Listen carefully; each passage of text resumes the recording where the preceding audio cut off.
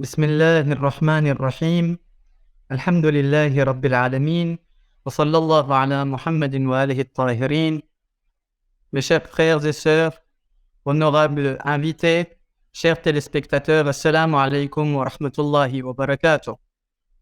Je suis Hamza Afzal Hussein et je vais Inch'Allah animer cette cérémonie d'annonce des résultats du concours de composition écrite du Nahjul Balagha organisé par la World Federation. Avant tout, je vais inviter notre cher frère Abbas Al-Khalib afin qu'il nous honore de sa récitation du Saint-Coran pour embellir notre cérémonie. أعوذ بالله من الشيطان الرجيم. بسم الله الرحمن الرحيم. الحمد لله الذي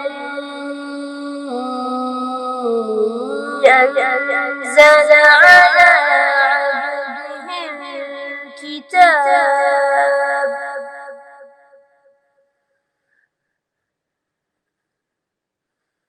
الحمد لله الذي أنزل على عبده الكتاب ولم يجعل له عوجا قيما لينذر بأسا شديدا من لدنه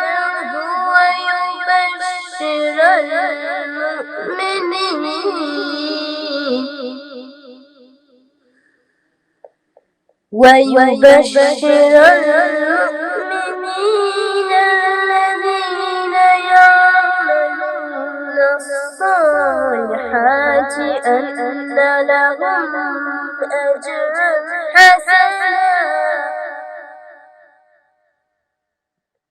ماكثين فيه أبدا وينذر الذين قالوا اتخذ الله ولدا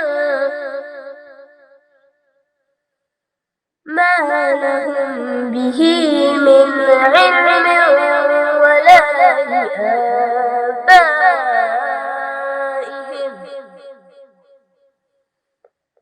كبرت كلمة تخرج من أفواههم إن يقولون إلا كذبا صدق الله العلي العظيم. Ahsan Tayyiballah Anfasek, merci beaucoup pour cette belle récitation. Qu'Allah subhanahu wa ta'ala nous garde dans ce monde et dans l'autre parmi les récitateurs et ceux qui comprennent et suivent le Saint-Coran. Alors passons au vif du sujet. Nous avons l'honneur de vous recevoir afin de vous parler du concours qui a été organisé par la World Federation durant le mois de juillet 2022. Alors tout d'abord, nous allons parler de la World Federation. Qu'est-ce que la World Federation? La World Federation of Khoja Shia al-Ithna Ashari, la Fédération mondiale des Khoja Shia al-Ithna Ashari, est une organisation qui existe depuis plus de 40 ans. C'est une organisation confessionnelle composée d'environ 150 000 membres à travers le monde entier, à savoir l'Inde, le Pakistan, l'Afrique de l'Est, le Moyen-Orient, l'Europe et en Amérique du Nord. Il faut aussi noter que la World Federation est une ONG, une organisation non gouvernementale, dotée du statut consultatif spécial auprès du Conseil économique et social ECOSOC des ONU, des Nations Unies. Les principaux objectifs et les activités que mène la World Federation ont pour but de promouvoir le message de l'islam dans le monde entier, de réduire la pauvreté, la maladie et la dépendance, d'éduquer les membres de la collectivité, de faciliter, financer et appuyer les initiatives communautaires et de porter secours aux communautés musulmanes à l'échelle internationale dans la mesure de ses capacités. Ensuite, venons au concours. Qu'est-ce que ce concours? Il faut savoir que ce concours a été organisé par le département international du tablir de la World Federation, un département qui a des activités répandues dans plus de 60 pays du monde. Ce département est actuellement dirigé par Chef Nadir Jafar, qui est l'un de nos invités pour cette cérémonie. En juin 2021, après que ce même département a organisé un concours international de poésie en langue ourdou, vu la réussite et vu le fait que plus de 16 pays ont participé dans ce concours, ce département a décidé d'organiser un concours international de composition écrite en juillet 2022 et à l'occasion de la Eid el-Ghadir. Et ce concours était axé sur le Nahjul Balagha et cette fois-ci en 3 langues différentes, en français, en anglais et en ourdou. La participation était ouverte à toutes les personnes de plus de 20 ans et pour toutes les confessions confondues. À présent, nous avons reçu les articles. La World Federation a reçu les articles et ces mêmes articles ont été lus, corrigés et notés par 3 honorables juges que nous avons avec nous aujourd'hui, à savoir l'honorable Ahmed Mustafa, l'honorable Saïd Jawad Al-Sarihi et le respecté chef Mustafa Al-Khani. Nous allons présenter un à un chacun des juges et nous allons leur donner la parole pour qu'ils nous fassent part de leurs impressions et de leurs conseils à l'occasion de ce concours.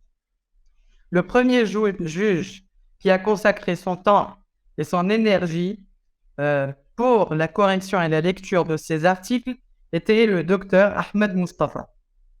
Le docteur Ahmed Mustafa est un Français d'origine irakienne. Il a un master en traduction. Il est doctorant en traduction du Saint-Coran. Il exerce le métier de traducteur en langue française depuis plus de 15 ans. Parmi ses travaux, on peut compter la traduction de la voix de l'éloquence, le Nahjul Balagha, publié aux éditions du Flambeau, et la traduction du livre complet des prières de l'imam Sajjad alayhi salatu wassalam, As-Sahif al-Sajjadiyya. Cheikh Ahmed Mustafa enseigne la science de traduction dans diverses universités françaises depuis une dizaine d'années. J'invite maintenant notre cher juge Ahmed Mustafa à prendre la parole. Bismillah, cher Ahmed Mustafa. Assalamu alaikum wa rahmatullah. Tout d'abord, je voudrais commencer par quelques mots de remerciement. Je tiens à vous remercier tout d'abord pour m'avoir donné cette confiance pour participer à l'évaluation des différents travaux qui ont été donnés. Et également, je voudrais vous remercier pour cette parole qui m'est donnée. Alors, c'est une belle occasion, c'est vraiment une belle occasion de parler et de profiter de Nahj al-Balagha, voix de l'éloquence, qui est, comme on le sait, un ouvrage que l'on dit de l'imam Ali alayhi salam, ou que l'on pourrait dire être comme étant un ouvrage qui est une compilation de Sharif al-Radi, qui est une compilation de différents propos écrits, de lettres et de maximes de l'imam Ali, l'émir des croyants alayhi salam. Alors maintenant, en quelques minutes, qu'est-ce que je pourrais dire au sujet de l'ouvrage ou de l'auteur qui est derrière cet ouvrage, si ce n'est que quelques balbutiements. Véritablement, on sait qu'à partir du moment où il y a l'imam Ali alayhi salam derrière un tel ouvrage, forcément, on se retrouve un peu perdu quelque part, j'ai envie de dire, pour essayer de trouver des mots, pour réfléchir autour d'un ouvrage qui est lourd de conséquences, puisqu'il a une force et des sens d'une profondeur et des maximes à un caractère tellement universel que quelques minutes servent seulement à commencer une introduction pour parler de Nahj al-Balagha et de l'imam Ali alayhi salam qui se trouve derrière. Alors j'ai noté le terme d'universalité, où j'ai parlé d'un caractère universel. C'est vrai que c'est cette universalité sur laquelle je souhaiterais me pencher brièvement, notamment en voyageant à travers le temps, en voyageant dans le temps. C'est vrai que maintenant, on est au XXIe siècle, on a un accès formidable aux bibliothèques qui nous est facilité notamment à travers Internet, à travers le voyage facile. On peut prendre l'avion et se retrouver en 1 heure, 2 heures un peu plus loin dans le monde. Cet accès à la bibliothèque du monde, j'ai envie de dire quelque part, n'était pas forcément aussi évidente il y a à peine quelques dizaines ou quelques 100 ans ou 200 ans en arrière. Et c'est vrai que pour avoir cet accès à toute cette multiplicité des sources, pour faire une comparaison, j'aimerais que l'on se replonge par exemple dans l'Angleterre du XVIe, XVIIe et XVIIIe siècle. Alors à ce moment-là, si on se retrouve dans de telles périodes, on imagine bien quand dans une Angleterre de cette époque-là, on essaye de se plonger dans ce moment et d'imaginer ce moment comme si nous y étions. Euh, il n'y avait pas véritablement, il n'y avait pas grand monde qui était musulman dans cette Angleterre. Il y avait pas vraiment de musulmans. Il n'y avait pas énormément, les textes au sujet de l'islam n'étaient pas légion. Il n'y avait bien sûr pas d'accès à Internet et pas d'accès aux musulmans. Et pourtant, en fait, quand on regarde les textes et certains orientalistes qui ont essayé de se pencher déjà pour essayer d'apprendre la langue arabe et donc essayer d'avoir accès aux différents ouvrages en langue arabe et liés à l'islam, on peut remarquer que des auteurs de cette époque-là, du XVIIe, XVIIIe siècle, pouvaient dire au sujet de l'imam Ali, alayhi salam, en passant par la personnalité du messager d'Allah, sallallahu alayhi wa sallam. Il est dit par exemple dans un de ses ouvrages en anglais, he was wont to declare that if all the learning of the Arabians were destroyed, it might be found again in Ali as in a living library. C'est-à-dire que le prophète était dans l'habitude de déclarer que si toute la connaissance des Arabes était détruite, elle pouvait être retrouvée chez Ali, tout comme si on allait dans une bibliothèque vivante. Donc, c'est-à-dire que même cette époque où on n'a pas véritablement une grande connaissance et un grand accès aux ouvrages arabes et de culture et de la tradition islamique, on se retrouve à voir que l'imam Ali alayhi salam a une place vraiment extraordinaire dans le savoir de manière générale. Ce qui fait que dans le XVIIe siècle, il y en a qui ont découvert véritablement l'ouvrage qui nous intéresse ici, qui est Nahj al-Balagha, Voix de l'éloquence. Et certains de ces auteurs ont été tout simplement fascinés. On peut en citer par exemple Henry Stubb, qui a été tellement fasciné qu'il retrouvait en fait, qu'il retrouvait, d'après Nabil Matar, qui est un enseignant dans l'université du Minnesota aux États-Unis, selon Nabil Matar, d'après Stubb, Ali représentait la piété et la détermination qu'inspirait le Coran. Dans cette Angleterre du XVIIe et XVIIIe siècle, on pouvait déjà ressentir la qualité et l'immense caractère des propos de l'imam Ali alayhi salam à travers justement un ouvrage comme Nahj al-Balagha, Voix de l'éloquence.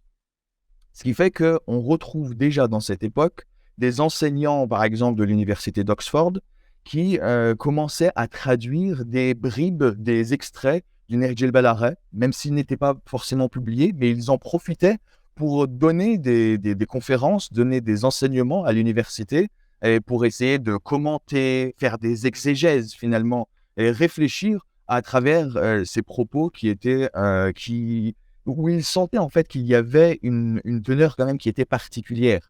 Et il y avait un souffle même, si je peux reprendre l'essence de certains propos qui étaient donnés, le souffle que l'on pouvait retrouver dans les paroles de l'imam Ali alayhi salam. C'est pour cela que, et je ne veux pas vous prendre beaucoup de votre temps, mais c'est pour cela que je trouve que ce type d'événement, comme une compétition de composition autour d'un ouvrage comme La Voix de l'éloquence, où on retrouve les propos de l'imam Ali alayhi salam, je trouve que c'est particulièrement intéressant et j'encourage, dans ma petite position, bien entendu, ce type d'événement parce qu'il nous permet d'essayer de nous replonger dans ce trésor que partout dans le monde, tout esprit un minimum neutre, il retrouvera quelque chose d'absolument extraordinaire, d'éclairant et d'universel et qui peut toucher quelque confession que ce soit et quelques personnes que ce soit, où que ce soit dans le monde. Alors, je trouve que c'est particulièrement intéressant, ce type d'événement,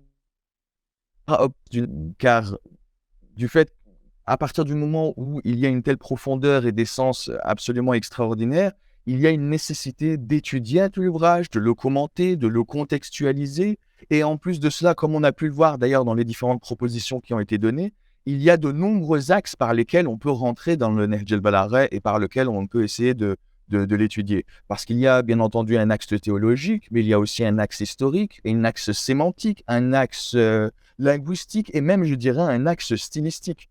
Il est vivement encouragé à lire le Nahj al-Balagha à voix haute pour voir et comprendre et sentir la beauté de Nahj al-Balagha et des propos de l'imam Ali alayhi salam. C'est pour cela que une personnalité comme Sharif al-Radi, qui est le compilateur de Nahj al-Balagha, était lui-même émerveillé, et pourtant on peut le voir chez toute personne qui connaît un minimum Sharif al-Radi. On peut le voir par exemple dans l'ouvrage de Hijaziyat de Sharif al-Radi publié chez l'Harmattan, qui lui-même est un poète et lui-même est considéré comme un expert en maniement des mots. Il dit pourtant de Nahj al-Balagha et des paroles de l'imam Ali alayhi salam, je cite, « Ces paroles sont un tel ruisseau affluent que l'on ne peut se comparer à son flot et un tel trésor de subtilité que l'on ne peut l'égaler. » Même Sharif al-Radi, donc bien entendu, qui pourtant était poète, qui pourtant maniait les mots et aimait jouer avec les mots, se retrouve comme un apprenant, se retrouve comme un étudiant, bien entendu, lorsqu'il se retrouve à écouter et à lire et à compiler les propos de l'imam Ali alayhi salam. Donc je trouve que tel événement est particulièrement intéressant, premièrement pour la richesse du Nahj al-Balagha, et deuxièmement pour la position de l'imam Ali alayhi salam, car la position de l'imam Ali était une position qui appelait toujours à la connaissance justement et au savoir. On connaît bien la parole du messager d'Allah sallallahu alayhi wa sallam lorsqu'il dit « Ana madinatul ilm wa aliyun babuha » je suis la cité du savoir et Ali en est la porte. Et l'imam Ali est donc un enseignant. Et encore une fois, pour faire l'écho et faire le rappel par rapport à ce 17e, 18e siècle anglais dans lequel je voulais voyager, il pouvait justement être considéré à ce moment-là. Par exemple, Henry Stubb, d'après Nabil Matar, considérait le messager d'Allah comme une figure prophétique et l'imam Ali alayhi salam comme étant le commentateur qui venait après le messager d'Allah. Et donc Ali est véritablement l'enseignant par excellence, et il est au final une université à lui tout seul.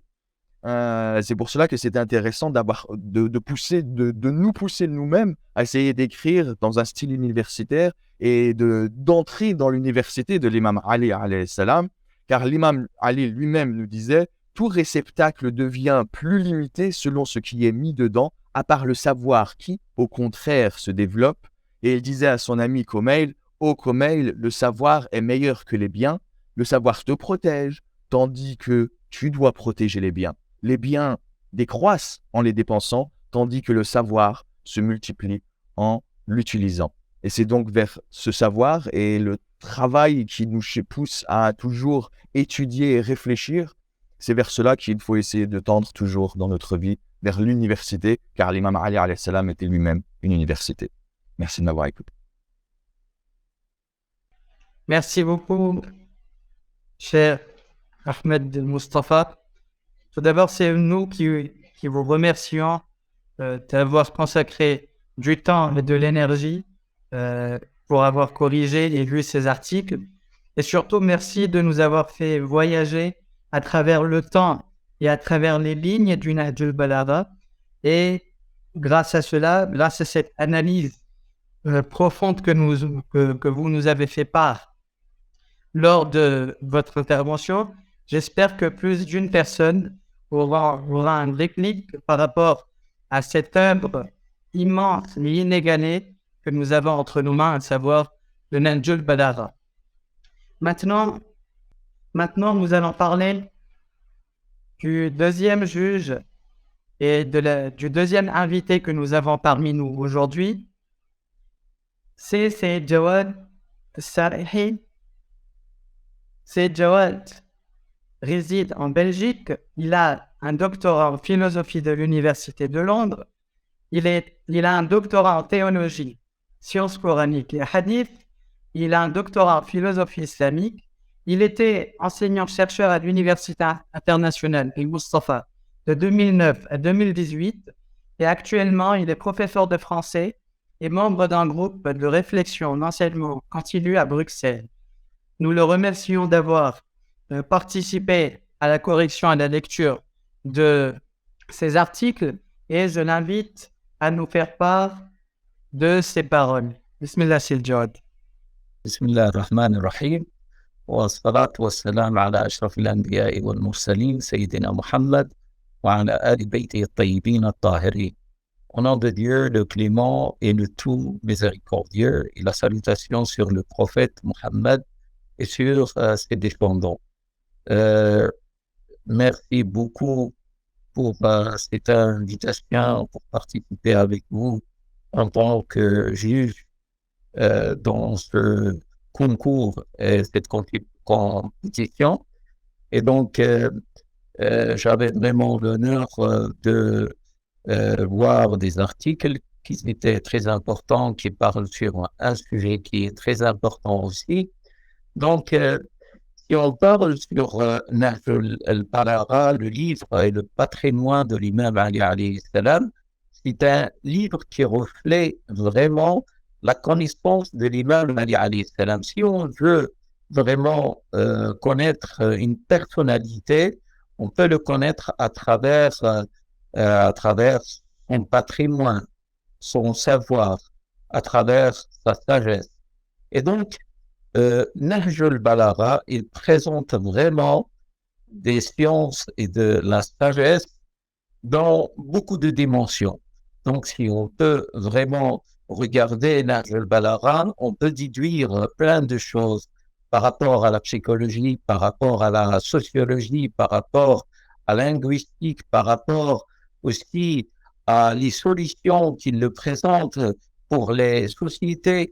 Et aussi, Nahj al-Balagha, c'est un livre qui est très important, qui parle aussi de la spiritualité, qui parle aussi de la divinité.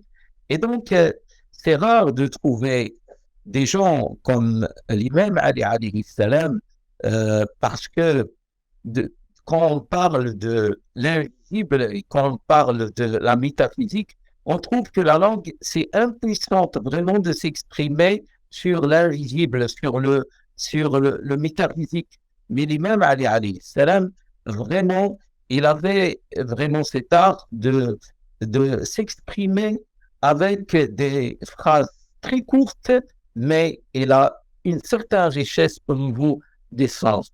Donc, ça, c'est un sujet qui est très important et normalement, l'humanité aujourd'hui, ils n'ont pas beaucoup de connaissances sur l'imam Ali alayhi salam et sur son livre Nahj al-Balagha.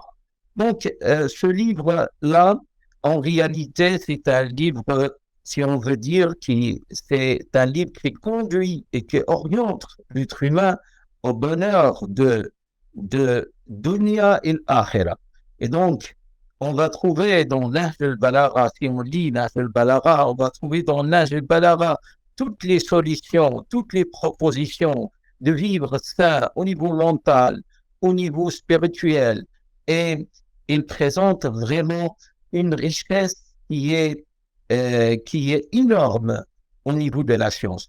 Donc, c'est un livre important. J'invite vraiment tous les frères et les sœurs de se focaliser sur ce livre et de donner beaucoup d'importance sur ça. C'est parce que c'est un livre qui a besoin aussi de méditation. On dit que le Coran, il a besoin de méditation. Aussi, le Nahj al-Balagha, il a besoin de méditation. C'est parce que c'est un livre qui est éternel, qui dépasse l'espace et le temps. Et ça, on le voit dans les paroles de l'imam Ali alayhi salam. Quand il veut présenter, par exemple, une solution, il le présente avec des petites phrases. Par exemple, je vais donner un exemple. Il dit le guérison de toutes les soucis, c'est la certitude, c'est l'yaqin. Dawa kulli hammin al-yaqin. Et si on regarde au niveau de la psychologie, la majorité des problèmes psychologiques, ça revient que l'être humain, il n'a pas de certitude, ça vient de la doute. Et aussi, l'imam Ali alayhi salam, c'est l'auteur, si on veut dire, qui a utilisé un langage qui est plein de métaphores, un langage qui est plein de beauté, si on veut dire, au niveau de la linguistique. Et donc, aujourd'hui, Dieu merci, on est face à un livre qui est très important et on a vraiment l'honneur d'avoir ce livre entre nos mains.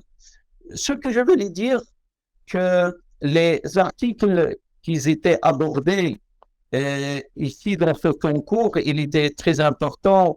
Par exemple, leadership basé sur taqwa, l'unité de la communauté islamique, Mahdawiyyat, connaissance de l'imam, le concept de tawhid, les normes qui sont dans Nahj al-Balagha pour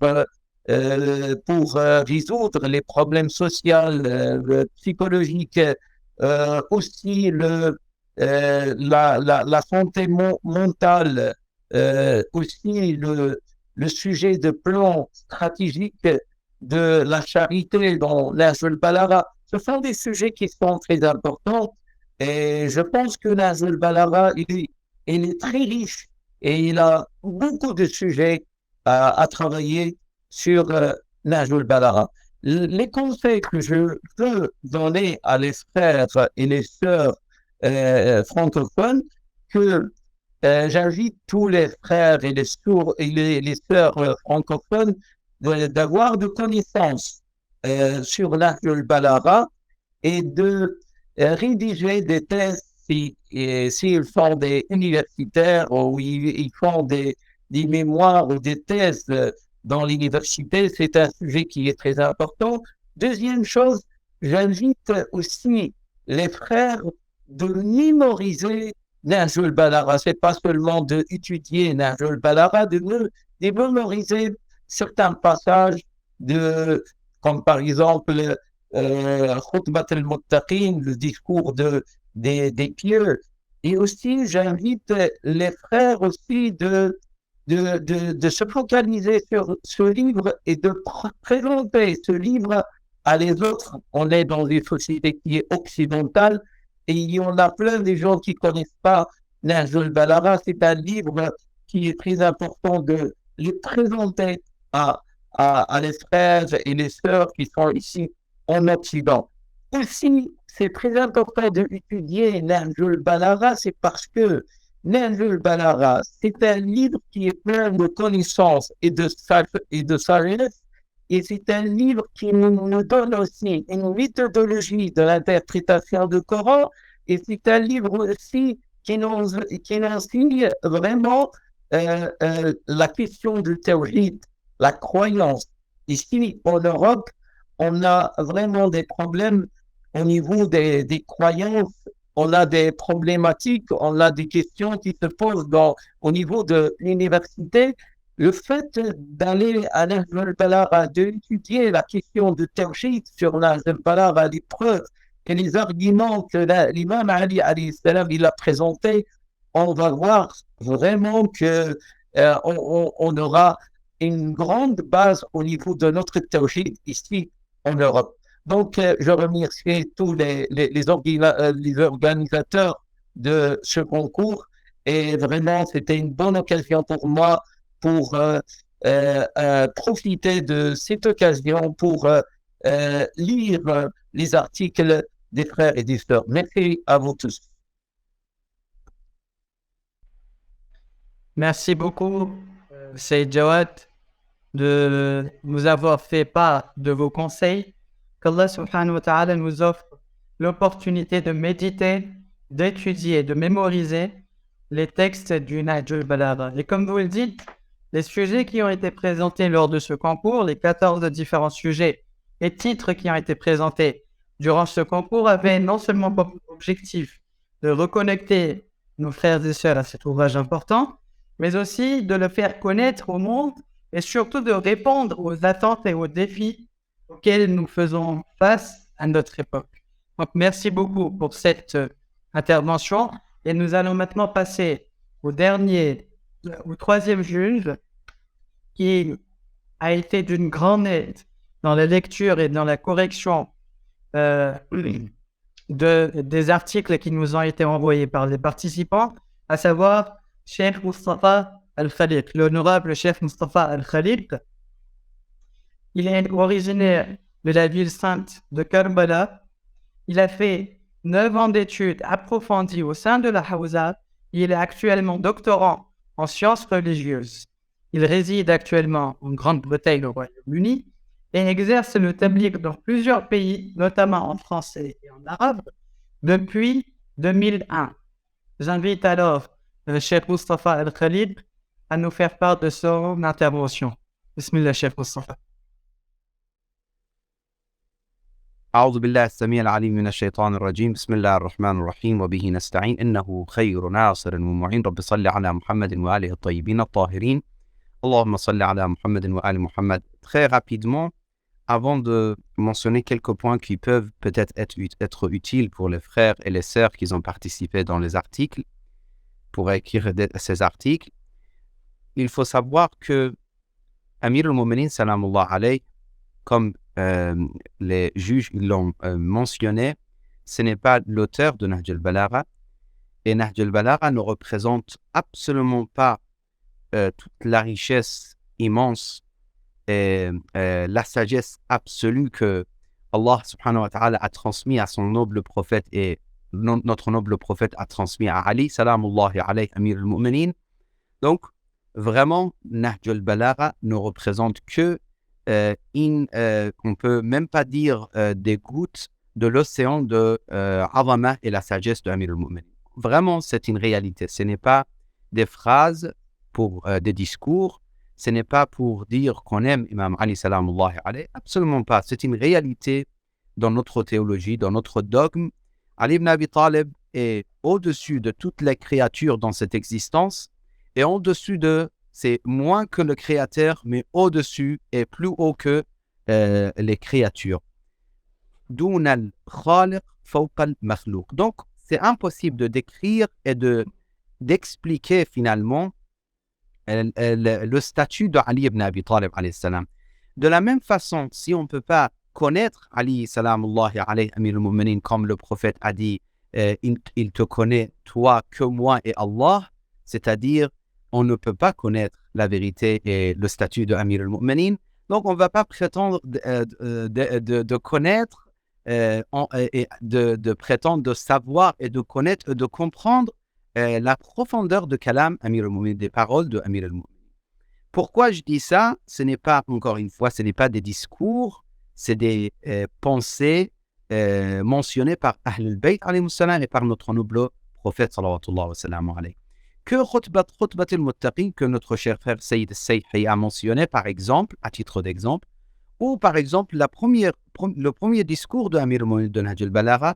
Pour comprendre le premier discours de Nahj al-Balagha sans exagération, si on veut vraiment comprendre, déjà quand on dit on veut vraiment comprendre par rapport à nos moyens, c'est-à-dire les grands savants après Ahl al-Bayt, ce qu'il a écrit Sheikh al-Tusi, ce qu'il a écrit Sayyid al-Murtada ou Sayyid al-Sharif al-Radi et les autres savants, ou encore Khaja Nasir al-Din al-Tusi, qu'il ne faut pas oublier sur ce point.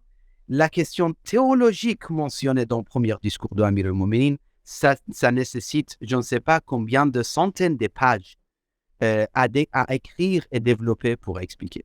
C'est pour ça, Ya Ali, ma arifaka illallah wa ana Rasulullah, dit, oh Ali, personne à part moi, et Dieu a connu la vérité de Ali ibn Abi Talib. Ça, c'est le premier point que rapidement je passe.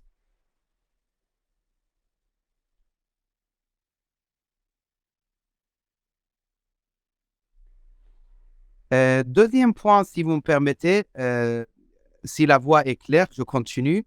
Deuxième point très essentiel également par rapport à notre échange, et je vais directement par rapport à, désolé, je dis échange, par rapport à nos chers frères et sœurs qui ont écrit ces articles. Deuxième point, c'est important, c'est le fait de voir c'était quoi l'utilité de ce projet. Donc, vraiment, vous le savez tous, ce projet était très utile, bien sûr, évidemment, très enrichissant, mais sur quel point je pense que je peux appuyer, si vous me permettez, sur 3 points. Je vais bien attirer votre attention par rapport à l'utilité de ce projet, le fait d'écrire des articles autour de Nahj al-Balagha. Premier point, il a été mentionné brièvement par mes frères également, c'est la culture générale sur Nahj al-Balagha. Nahj al-Balagha est très, très opprimé, si je peux le dire en français. Il est abandonné aujourd'hui, absolument méconnu dans la communauté des chiites. Et c'est très triste parce que des fois, je rencontre des chrétiens qui connaissent Nahj al-Balagha, peut-être, on peut dire 10 fois mieux qu'une majorité de la communauté chiite. Des chrétiens. J'ai rencontré des chrétiens et des athées. Des chrétiens, quand je vous dis, je connais un savant que certains parmi vous, ils peuvent le connaître, George Jardar, il a écrit des centaines de pages sur Nahj al-Balagha. Des centaines de pages. Et après, nous, on vient dans notre communauté chiite, on voit que Nahj al-Balagha, il a été méconnu, abandonné, pas pris en considération comme il doit être pris. Donc, ce projet, c'est magnifique, c'est extraordinaire, ça facilite, ça encourage les jeunes, justement, à réfléchir, à lire et à connaître également. Deuxième point, ça donne l'occasion de transmettre notre message dans les autres langues, en anglais, en français notamment. Peut-être en futur, vous allez le faire pour les Espagnols, etc. Nous, on doit penser à tout le monde. Ce n'est pas parce que nous sommes dans le monde de la francophonie, donc on pense qu'à notre monde, Nahj al-Balagha doit être transmis dans toutes les langues. Donc, bien sûr, il faut avancer, il ne faut pas reculer, il faut avancer dans ce projet. Et je remercie infiniment les membres, sans mentionner les noms, les membres qui ont préparé, facilité et donné cette occasion aux frères et sœurs d'écrire et d'avancer dans ce projet. Troisième point, et rapidement, le fait de découvrir les capacités et les potentiels existants dans notre société. Vous savez, quand je lisais les articles, j'ai compris qu'il y a des personnes qui ont des talents. Et ils ont des possibilités de perfection et vraiment, il y a des personnes qui ont écrit des choses. Moi, je trouve, en tant que quelqu'un qui a appris le français, et je ne suis pas né dans la langue française ou je ne suis pas francophone à la base, je trouve qu'ils ont des talents par rapport à mes comparaisons avec mes lectures académiques, universitaires, etc. Avec mes modestes connaissances, je vois qu'ils ont des talents, ils ont des capacités. Donc, c'est très, très bonne occasion. Et il ne faut pas vraiment rater. Il faut les encourager et leur donner le chemin et leur donner la méthode, etc., etc. Les encourager, si on peut le dire. Je termine avec troisième point. Ce que je lis, très sincèrement, et sans exagération, sans exception, les sœurs et les frères qui ont écrit, parce qu'on ne sait pas c'était qui les personnes. D'ailleurs, c'était une très bonne idée de ne pas savoir qui est l'écrivain de chaque article. Sans exception, tous, ils ont écrit avec beaucoup de amour et en même temps beaucoup de, si vous voulez, aqida, ça veut dire avec en croyance. C'est-à-dire des personnes qui ont écrit, c'est des personnes qui croient en Imam Ali alayhi salam, mais en même temps, ils ont beaucoup d'amour pour Ali ibn Abi Talib salam Allah. Et ça, je vous le dis entre parenthèses, c'est avec ces deux ailes qu'on peut avancer vers la spiritualité. S'il n'y a que la connaissance, je ne crois pas que ce sera la meilleure solution pour arriver à Allah. La connaissance, ça existe dans les facultés, partout, dans les recherches, etc. Mais il n'y a pas de vie, il n'y a pas d'âme. Donc, parce que j'ai promis de parler, pas question de promesse, mais je vais m'engager par rapport au temps. Il me reste apparemment quelques minutes, donc j'avance. Mais sur cette question, il faut réfléchir et je vous invite à réfléchir.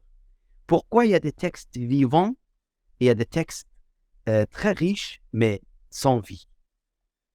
Et ça, c'est la question de l'amour qui est derrière les écrits et la sincérité qui est derrière les idées mentionnées, que ce soit orales ou à l'écrit. Donc ça, c'est le premier point. Sans exception, toutes personnes qui ont participé, les articles que j'ai lus en tout cas, je pense que c'était 14 articles, sans exception, ils avaient ces deux qualités. Deuxième point, sans exception, tout ce qu'ils ont écrit, c'était tout ce qu'ils ont écrit, ça veut dire les personnes qui ont participé, sans exception, ils étaient vraiment, leur article était vraiment utile.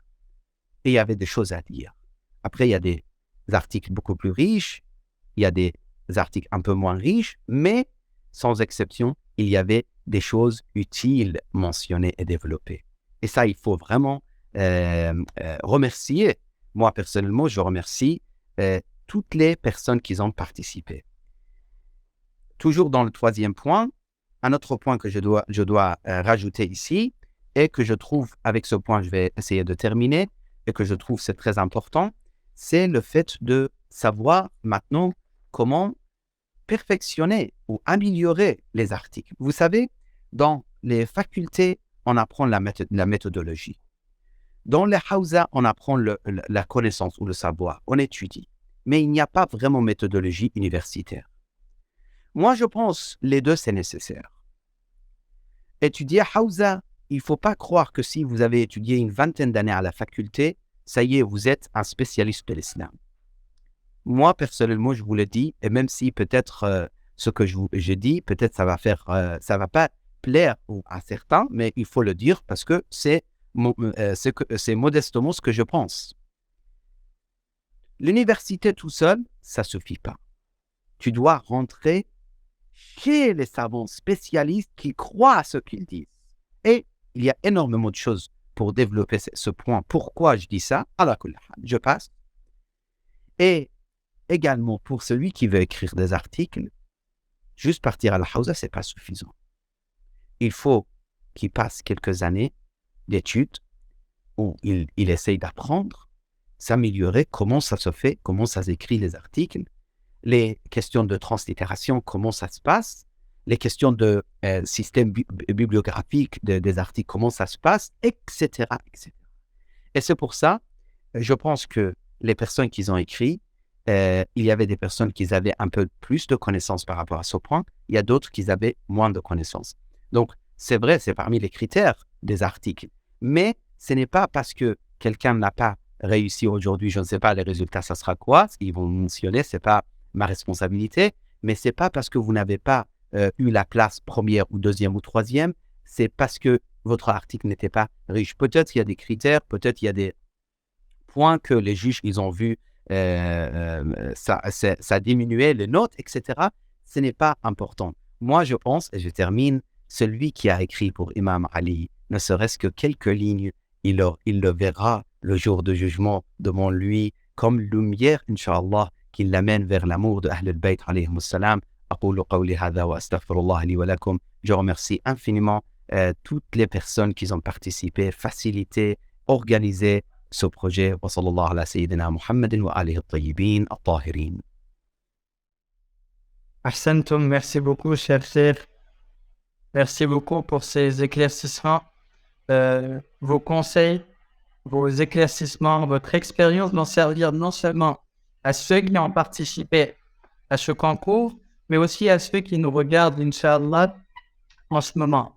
Il est vrai que nous ne pouvons pas comprendre et atteindre la ma'arifat et la connaissance de l'imam Ali alayhi salatu wassalam, mais nous espérons qu'à travers ce genre de concours, à travers vos interventions, vous les savants qui avez parlé aujourd'hui pour nous, à travers ce genre de programme qui nous invite à nous réconcilier avec nos œuvres littéraires, nous espérons pouvoir boire ne serait-ce qu'une petite gouttelette de cet océan qu'est l'imam Ali ibn Talib alayhi salatu wassalam. Je réitère à tous les trois mes remerciements, les remerciements de la part de la World Federation, Dr Ahmed Mustafa, l'honorable Dr Ahmed Mustafa, le respecté Sayyid Jawad Sehi et l'éminent chef Mustafa Al-Khalid pour leur investissement, leur énergie, leur temps qui est si précieux qu'ils ont consacré pour la lecture et pour la correction de ces articles. J'invite maintenant Cheikh Nadir Jafar, le responsable du département international du Tabligh de la World Federation, afin qu'il nous annonce les résultats de ce concours et qu'il nous donne le nom des gagnants de ce concours, Inch'Allah, et qu'il nous parle un peu plus en détail des résultats et des conséquences de ce concours. Bismillah, Cheikh Nadir. أعوذ بالله من الشيطان الرجيم بسم الله الرحمن الرحيم الحمد لله رب العالمين الحمد لله الذي جعلنا من المتمسكين بولاية مولانا أمير المؤمنين علي بن أبي طالب عليه السلام الحمد لله الذي هدانا لهذا وما كنا لنهتدي لولا أن هدانا الله وصلى الله على سيدنا ونبينا محمد وعلى أهل بيته الطيبين الطاهرين الذين أذهب الله عنهم الرجس وطهرهم تطهيرا اللهم صل على فاطمة وأبيها وبعلها وبنيها والسر المستودع فيها بعدد ما أحاط به علمك. Tout d'abord, je tiens à vous présenter mes sincères félicitations pour l'anniversaire de la naissance de Sayyid al-Shuhada, Imam al-Hussein ibn Ali alayhi salam, de Qamar ibn Hashim Abul Fadl al-Abbas alayhi salam, et de Sayyid al-Sajidin Zayn al-Abidin Ali ibn al-Hussein alayhi salam. Je ne sais pas comment remercier Allah subhanahu tabaraka wa ta'ala qui nous a donné le tawfiq, l'opportunité pour la première fois d'organiser ce programme et être au service de Nahj al-Balagha pour la première fois en 3 langues.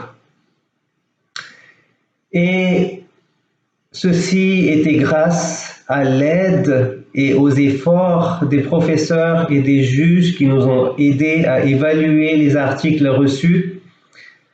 Je remercie du fond de mon cœur le frère Dr Ahmad Mustafa, Dr Sayyid Jawad Al-Sayhi et Hujjatul Islam wal Muslimin, Cheikh Mustafa Al-Khaliq. Je tiens aussi à remercier du fond de mon cœur mon cher frère Cheikh Hamza Afdal Hussein. C'était lui le chef du projet, c'était lui le project manager. Il était en contact avec les participants, il était en contact avec les juges, il était en contact avec le staff de la World Federation. C'est lui qui répondait à tous les emails, c'est lui qui répondait au WhatsApp. Et alhamdulillah, nous sommes ici aujourd'hui réunis pour la conclusion de ce programme. Je remercie aussi le merveilleux frère Abbas Al-Khaliq, Masha'Allah, tel père, tel fils, Waladun Salih, qui est une bénédiction de la part d'Allah subhanahu tabaraka wa ta'ala, qui nous a fait parvenir de sa meilleure, très belle voix durant la récitation du Saint-Coran aujourd'hui.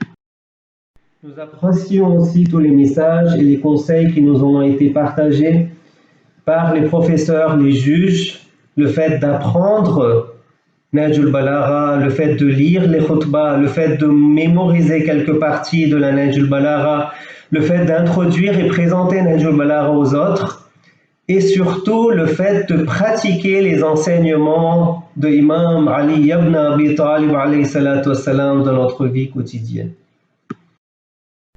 La semaine dernière, j'étais à la ville de Kathmandu au Népal.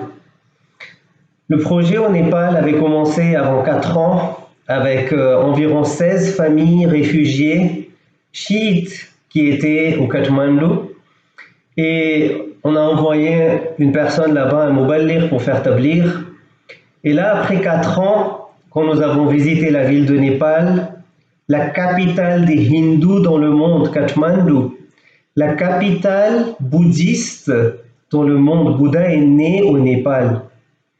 Nous avons vu plus de 200 personnes qui venaient et qui côtoyaient le centre, des gens qui ont accepté Madhab de Ahl al-Bayt alayhimus salam. Et l'un des projets à Kathmandu au Népal, c'était le fait de traduire Nahj al-Balagha en langue népalaise pour la première fois. Et ce projet a été lancé l'année dernière. J'ai eu un entretien avec le traducteur. Et le traducteur, il me dit que je vais terminer la traduction de Nahj al-Balagha en entier en 3 mois. Moi, quand j'ai entendu cela, je me disais, comment c'est possible, Nahj al-Balagha en entier, ce monsieur va venir en 4 mois, en 3 mois. J'ai dit, ok, on va voir la conclusion, on va voir le résultat. Là, ça fait 1 an et demi, et encore, il n'a pas encore terminé. Quand je suis parti à Kathmandu la semaine dernière, je l'ai rencontré, je lui ai dit, qu'est-ce qui s'est passé? Tu m'avais dit 4 mois, 3 mois. Il me dit que, Cheikh, moi, je ne savais pas c'est quoi Nahj al-Balagha. C'est la première fois dans ma vie que j'entends le nom de ce livre. Et moi, je suis un traducteur professionnel de l'université Tribhuvan International University, qui est l'une des meilleures universités hindoues dans le monde actuellement. Il me dit, normalement, je traduis 20 pages par jour. J'ai regardé, il y en a combien de pages dans ce livre-là? Et je te dis, je vais finir en 3-4 mois maximum. Il a dit, maintenant, quand je suis assis à pratiquement traduire les parties de la Nahj al-Balagha, il a dit, c'est impossible. Et j'ai trouvé un trésor. Il me disait, mais c'est vraiment, vraiment dommage que vous, les musulmans, vous avez ce trésor. Et ce livre a été délaissé. Les gens du monde ne savent pas ce que c'est Nahj al-Balagha. Exactement ce que Cheikh Mustafa a dit, que c'est un livre qui a été opprimé, abandonné. C'est un livre qui est délaissé. Il disait que je n'arrive pas à croire que ça, c'est un livre qui puisse être écrit par une créature. Subhanallah. Il était tellement excité quand il parlait. Il disait, des fois, je ne dors pas toute la nuit. Et je suis là à réfléchir sur les paroles. Il a dit, même si je suis le meilleur traducteur dans ce monde, l'un des meilleurs traducteurs, je ne pourrai jamais, jamais traduire Nahj al-Balagha comme il le faut. Exactement les paroles de Ibn al-Hadid al-Mu'tazili qui disait فوق كلام المخلوق دون كلام الخالق, au-dessus des paroles d'une créature, en dessous des paroles du Créateur. Les khutbahs et les sermons incroyables de la Nahj al-Balagha, quand l'imam Ali alayhi salam commence le premier khutbah de la Nahj al-Balagha, quand il décrit la création du monde, comment le monde a été créé et tout ce qui s'est passé avec les détails vraiment précis. Dans George Jordac, qui était le chrétien qui disait, il décrit de la façon dont c'est comme si le monde a été créé devant lui. Il décrit les caractéristiques des croyants, des muttaqin, à son compagnon Hammam. Quand Hammam, il était en train d'écouter khutbah de Amir al-Mu'minin alayhi salam, il était mort au milieu de la khutbah. عظم الخالق في أنفسهم فصغر ما دونهم في أعينهم. La grandeur du Créateur remplit leur âme de telle façon, de sorte que tout le reste apparaît petit à leurs yeux. Les formules et les règles mondiales, internationales que Amir al-Mu'minin alayhi salam, il écrit dans ses lettres, la lettre numéro 53 par exemple qu'il adressa à Malik, le gouverneur, quand il dit An-nas sinfan, les gens sont de 2 types, de 2 sortes, imma akhun laka fi din aw nadirun laka fil khalq. Les gens sont de 2 types. soit votre frère dans la religion, soit il est votre égal. La créature. Et quand on jette un coup d'œil sur les maximes extraordinaires de l'imam Ali alayhi salam dans la Nahj al-Balagha, quand il dit par exemple « Vivez parmi les gens de telle manière que si vous mourrez, ils pleurent sur vous. Et si vous êtes vivant, ils ont soif de votre compagnie. » Ici, le poète oriental, il s'adressa à un petit enfant qui vient de sortir du ventre de sa mère. Il s'adressa au petit bébé qui vient de naître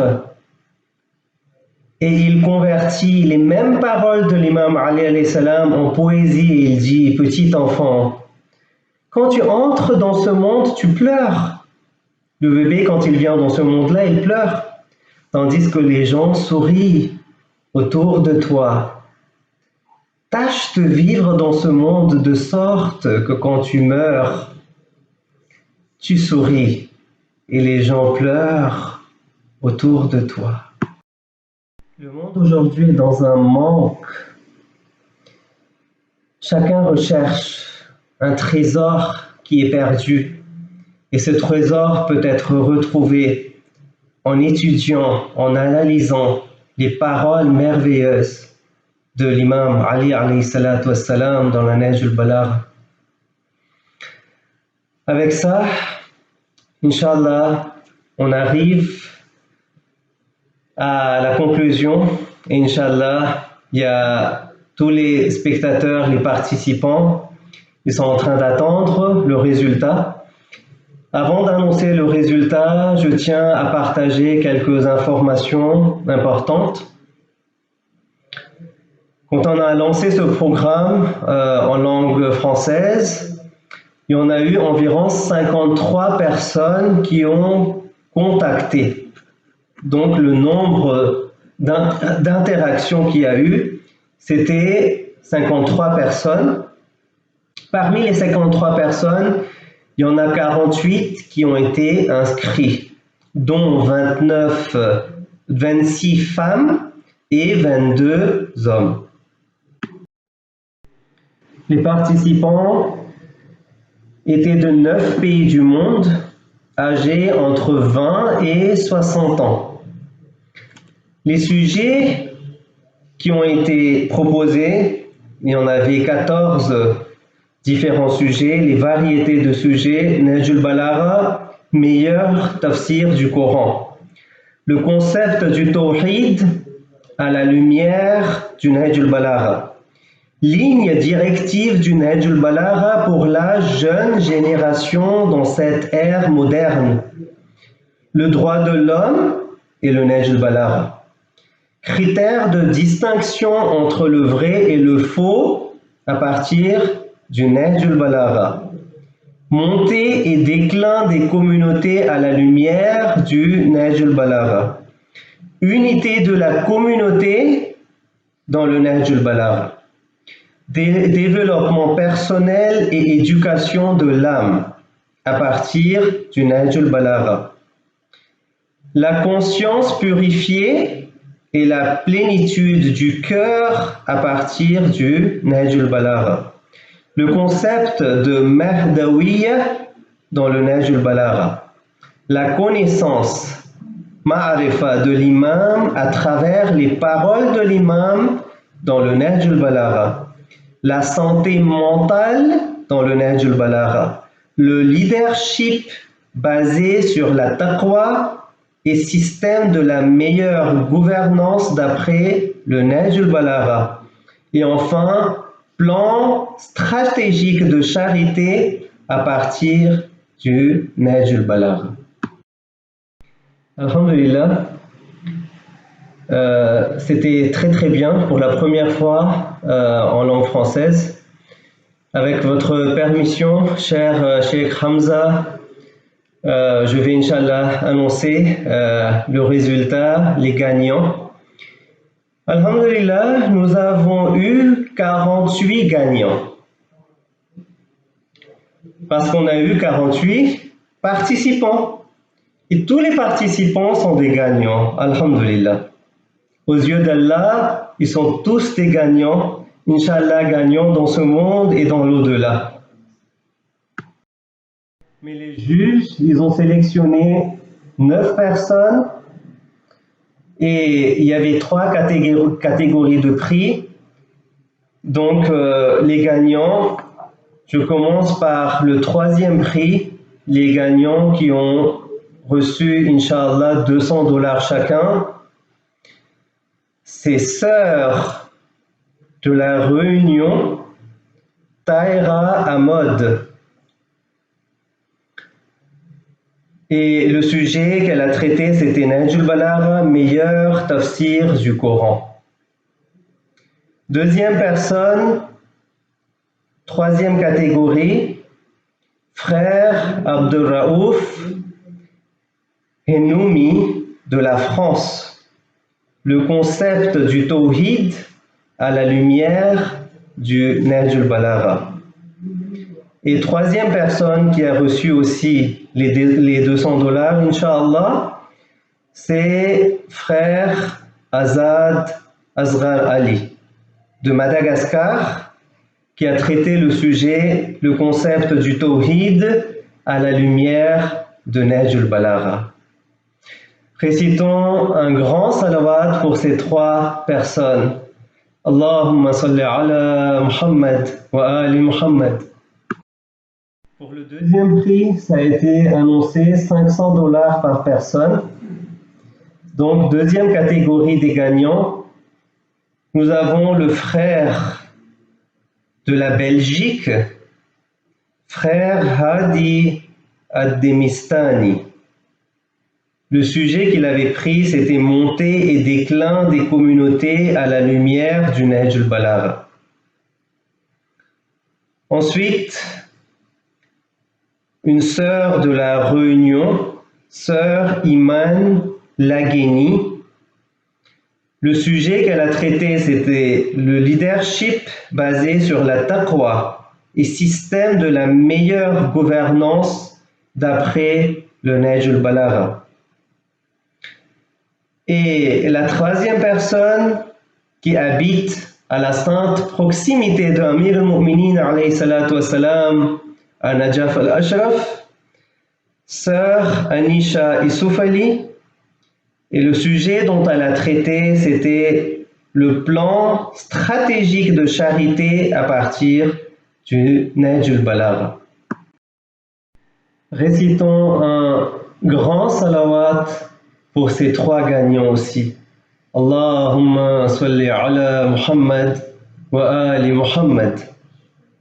Et enfin, le premier prix, ziyarat de l'imam al-Hussein alayhi salam à Karbala, ziyarat de Amir al-Mu'minin alayhi salam à Najaf, et Inch'Allah, ziyarat de l'imamain al-Kadhimain, et aussi ziyarat de l'imamain al-Askariyain, alayhim afdalus salatu wassalam.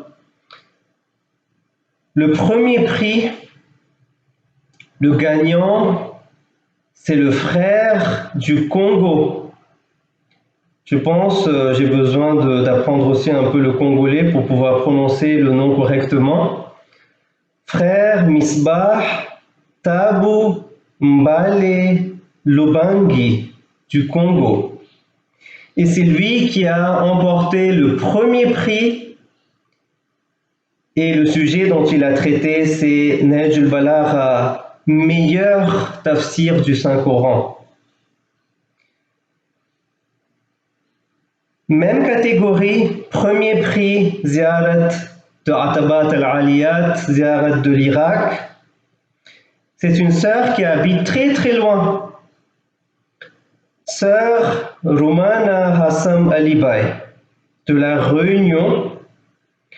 Donc je pense qu'elle habite très loin à la Réunion, c'est compliqué d'aller jusqu'à Najaf. Donc Inch'Allah, elle va donner son cadeau à sa sœur, qui habite à Najaf même. Le sujet dont elle a traité, c'était le leadership basé sur la taqwa et système de la meilleure gouvernance d'après Nahjul Balagha. Inch'Allah, les responsables de la World Federation vont aussi bénéficier de ces articles et ça concerne le leadership basé sur la taqwa. Inch'Allah, on va lire et appliquer, Inch'Allah, dans notre vie. Et enfin, la gagnante, la sœur qui a remporté aussi le premier prix, c'est sœur Soumaïa Raza Ali. Et le sujet dont elle avait traité, c'était le sujet sur notre 12e imam, Ajjalallahu Ta'ala Farjahu Sharif, Mahdawiyat dans le Nahjul Balagha. Allahumma salli ala Muhammad wa ali Muhammad. Félicitons tous les gagnants, les 9 personnes qui ont été nommées en tant que gagnants de la part de la World Federation. Mubarak à vous. Et nous félicitons aussi tous les participants. Vous êtes tous des gagnants dans ce monde et dans l'au-delà, Inch'Allah. Je tiens également à remercier toutes les personnes qui nous ont soutenus, tous les donateurs et toutes les personnes qui nous ont suivis aujourd'hui pour ce programme. Et je remercie aussi le team de marketing et communication qui est en train de donner ce programme en live. Et nous prions qu'Allah, Inch'Allah, accepte de notre part et qu'il nous maintient dans la wilayat de Amir al-Mu'minin, alayhi salatu wassalam, Inch'Allah, dans ce bas monde et dans l'au-delà. Et qu'il nous accorde, Inch'Allah, ziyarat de nos imams dans ce monde et shafa'at de nos imams dans l'au-delà, Inch'Allah. Allahumma ajjil li waliyika al-faraj wal-afiyata wal-nasr waj'alna min khayra awanihi wa ansarih wa min shi'atihi wa muhibbih waj'alna min al-mustashhadin bayna yadayh. Assalamu alaykum wa rahmatullah.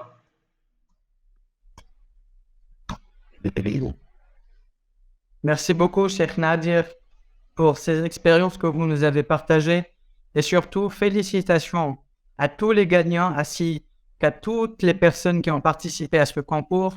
Il faut savoir que ceci n'est qu'un premier pas pour l'apprentissage et la connaissance des paroles de l'imam Ali ibn Abi Talib alayhi salatu wassalam. Nous espérons qu'à travers ce genre de concours, vous avez pu redécouvrir cette œuvre éloquente et magnifique que nous avons entre nos mains, mais qui parfois prend la poussière sur nos étagères, qui est le Nahjul Balagha. Et j'espère que pour ceux qui n'ont pas pu participer à ce concours, mais qui regardent actuellement cette cérémonie, j'espère qu'ils ont pu en profiter eux aussi à travers les interventions, les différentes interventions de nos honorables juges. Je remercie de nouveau nos juges ainsi que Cheikh Nadir d'avoir consacré leur temps pour cette réunion et je réitère mes félicitations aux gagnants. J'espère, Inch'Allah, qu'Allah subhanahu wa ta'ala accepte les efforts de tout un chacun et qu'Inch'Allah, pour les prochains concours, plus de personnes, plus de chiites francophones et pourquoi pas d'autres personnes, d'autres confessions participent à ce genre de concours afin d'approfondir nos richesses intellectuelles et culturelles ensemble. Merci beaucoup de nous avoir visionnés. Wassalamu alaikum wa rahmatullahi wa barakatuh.